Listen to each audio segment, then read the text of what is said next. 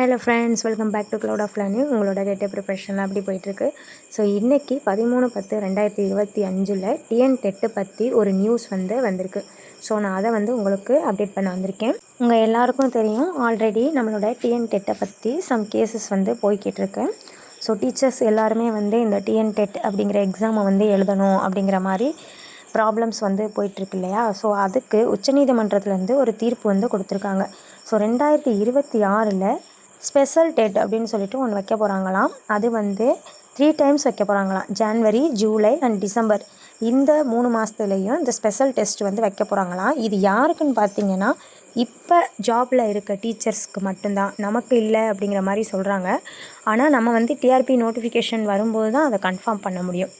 இப்போ நம்மளால் அதை கன்ஃபார்ம் பண்ண முடியாது. ஏன்னா எலிஜிபிலிட்டி கேட்டகரி நம்ம டிஆர்பி நோட்டிஃபிகேஷன் வரும்போது தான் பார்க்க முடியும். தமிழ்நாடு பள்ளி கல்வித்துறை அவங்களோட அப்டேட் படி பார்த்திங்கன்னா, இப்போ கொடுத்துருக்க இந்த ஸ்பெஷல் டெட்டு ஜாபில் இருக்க டீச்சர்ஸ்க்கு மட்டும்தான் அப்படின்னு சொல்லியிருக்காங்க. ஸோ நீங்கள் இதெல்லாம் பற்றி ஒரி பண்ணிக்காதீங்க.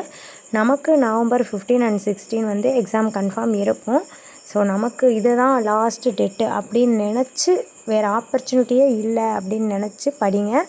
அப்போ தான் நம்மளால் கிளியர் பண்ண முடியும். டேட்டு மாற்றி வைப்பாங்களா, இல்லை எக்ஸாம் கேன்சல் ஆக வாய்ப்பு இருக்கா, ஸோ இதெல்லாம் இப்போ ஒரி பண்ணிக்காமல் நம்ம படிக்கிற வேலையை மட்டும் பார்ப்போம். இப்போ டீச்சர்ஸ் கண்டிப்பாக இந்த டெட் எக்ஸாம் கிளியர் பண்ணணும் அப்படிங்கிறது ரொம்ப நெசசரி ஆயிடுச்சு. ஸோ அதனால் அவங்களுக்கு 2026 இந்த ஸ்பெஷல் டெட் அப்படிங்கிறது கண்டக்ட் பண்ணுற மாதிரி பேசுகிறாங்க. அது நம்ம அப்போ நோட்டிஃபிகேஷன் வரும்போது பார்த்துக்குவோம். 2027 டிஆர்பி போர்டு உங்கள் தேவைக்கேற்ப டெட் எக்ஸாமை நீங்கள் கண்டக்ட் பண்ணிக்கலாம் அப்படிங்கிற மாதிரி நோட்டிஃபிகேஷன் அதில் கொடுத்துருக்காங்க.